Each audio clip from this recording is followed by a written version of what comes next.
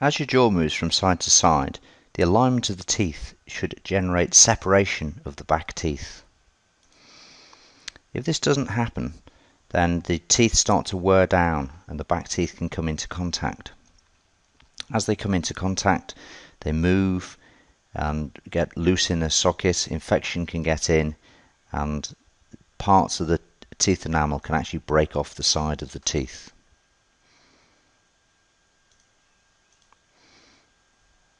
Back teeth that sort of rub together stimulate the sensors in the teeth to fire the nerve.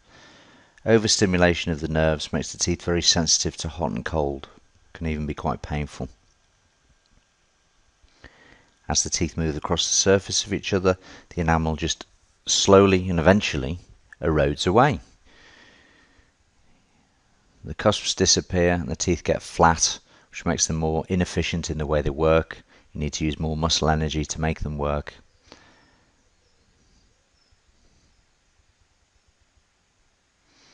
They actually put pressures on the side of the teeth, and the back teeth start to move around, and you get bone loss at the side, allowing infections to get in down the side and can eventually lead to the loss of the tooth. And of course, the forces actually create cracks in the enamel, micro cracks in the enamel that can generate bigger cracks, and eventually the teeth break apart.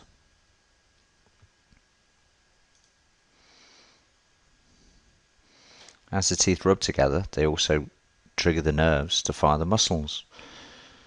The muscles try and move the teeth around into a position where they're not damaging each other, and ultimately result in overstimulation of the muscles and can generate pain.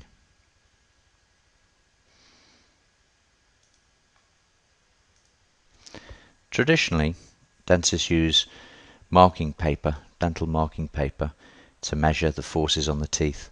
Unfortunately, this really isn't very accurate.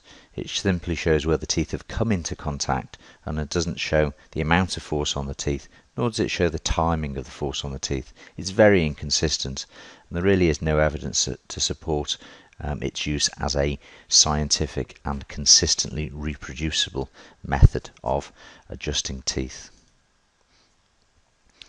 The biofeedback mechanism in the brain is very, very sensitive. Teeth have highly sensitive pressure sensors within them. They feed back in nanoseconds, and this timing is critically important for triggering the muscle activity. A bite balance analysis involves simply biting down on a sensor held in an instrument called a Tscan.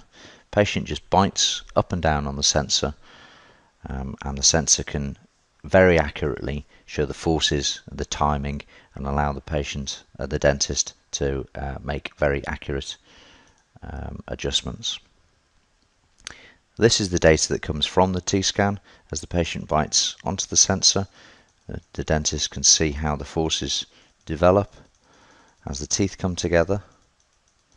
So you can see the forces developing relative to each other, and also as the patient makes a move to the side, then we can see how the forces transmit, and we can see how the back, in this case, how the back teeth here are still in contact, and the sensor also measures timing. So this particular patient's teeth come together in 0.531 seconds, and they separate in 2.482 seconds. So a long time for both. Tscan screening measures the forces and the timing on the teeth. It gives an indication of the risk of damage and also an indication of the cause of any pain. It's highly reproducible and measurable.